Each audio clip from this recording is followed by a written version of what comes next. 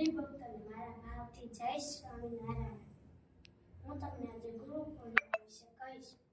ગુરુ બ્રહ્મા ગુરુ વિષ્ણુ ગુરુદેવો મહેશ્વરઃ ગુરુ સાક્ષાત પરબ્રહ્મ તસ્મૈ શ્રી ગુરુવે નમઃ.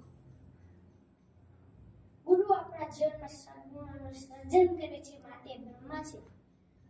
ગુરુ આપણા જીવનમાં રહેલા દુર્ગુણોનો સંહાર કરે છે, માટે મહાદેવ છે. ગુરુ આપણા જીવનનું રક્ષણ અને પોષણ કરે છે, માટે વિષ્ણુ છે.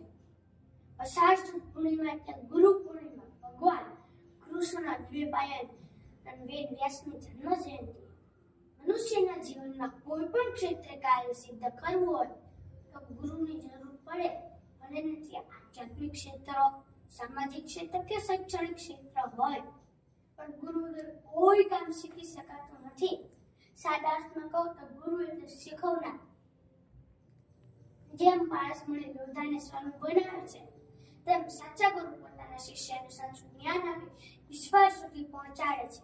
ભગવાન અને ભગવાનના અવતારોએ પણ ગુરુની ગરિમા વધારવા માટે સ્વામિનારાયણ ભગવાને રામાનંદ સ્વામીને ગુરુ ધાર્યા.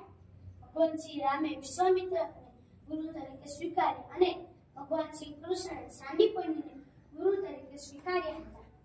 જેમ પૂનમનો ચંદ્ર અંધકારને દૂર કરી અંજવાળો ફેલાવે છે, તેમ ગુરુ પણ આપણે રહેલા દુર્ગુણોનો સંહાર કરી જ્ઞાનરૂપી પ્રકાશ પાથરે છે. ગુરુ હંમેશા શ્રેષ્ઠ છે, કેમ કે ગુરુ ગોવિંદો નો ખડે ઇસકો લાગુ પાય. गुरु गोविंदो नो खड़े इसको लागू पाए. बलिहारी गुरु आपकी, बलिहारी गुरु आपकी, गोविंद दियो बताए. એટલે તો ચાણક્ય કહ્યું છે, શિક્ષક કभी साधारण नहीं होता. सर्जन और विसर्जन उसकी ओर नहीं बनते हैं. આવા ગુરુ પૂર્ણિમાના પાવન અવસરે આપણે કસરત કાઢી આવા ગુરુને સંપૂર્ણપણે સાપાઈએ. एक घड़ी आधी घड़ी, एक घड़ी आधी घड़ी, आधी में पुनी आग.